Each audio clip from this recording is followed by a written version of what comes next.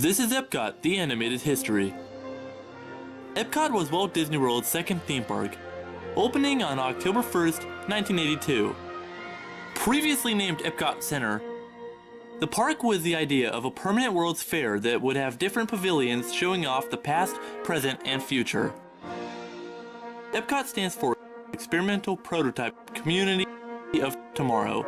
EPCOT was an acronym created by Walt Disney himself in 1966 before his passing. Walt wanted the park to be more of a city of the future, but by the time Walt Disney Imagineering, at the time known as WED Enterprise, wanted to move forward and bring forth the idea realized by Mr. Disney, they decided to make it a theme park instead. And they did, with the park opening with 5 pavilions in Future World and 9 of the 11 countries in World Showcase. The 2 that were not in the park opening day were both Morocco and Norway.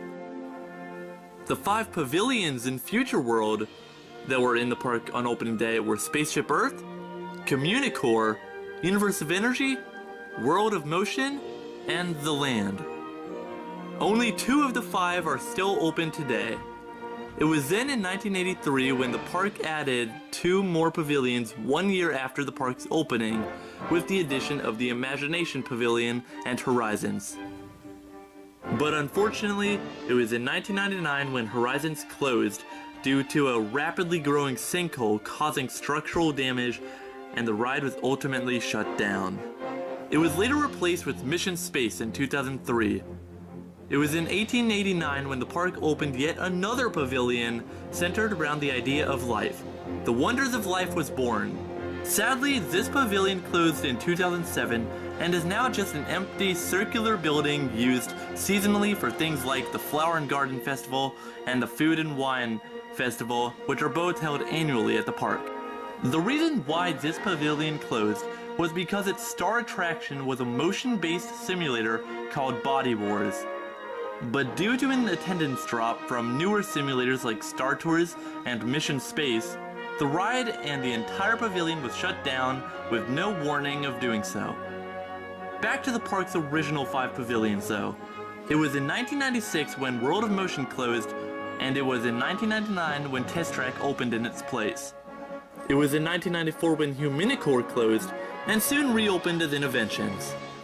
It was actually only August in 2017 when the Universe of Energy closed, soon to be reopened by a Guardians of the Galaxy themed roller coaster.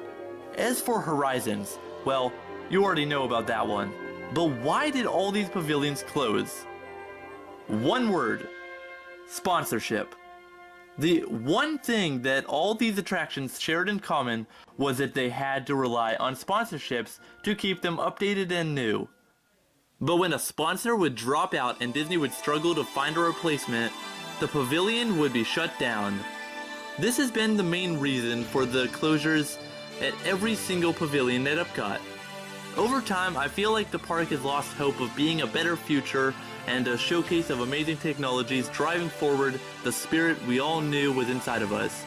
EPCOT is no longer an experimental prototype community of tomorrow, with them making it more about movie franchises these days.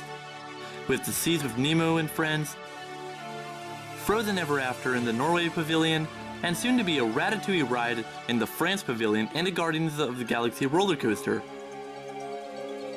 EPCOT needs to get back there again, and realize what it really stands for. A community of tomorrow, not a community of franchises. We don't want to call the park EPCOT, not happening. So remember, as long as there is hope for a better future, there is hope for a better EPCOT. If you can dream it, you can do it. Have a lucky day, everyone. This is Lucky News Episode 1 signing off.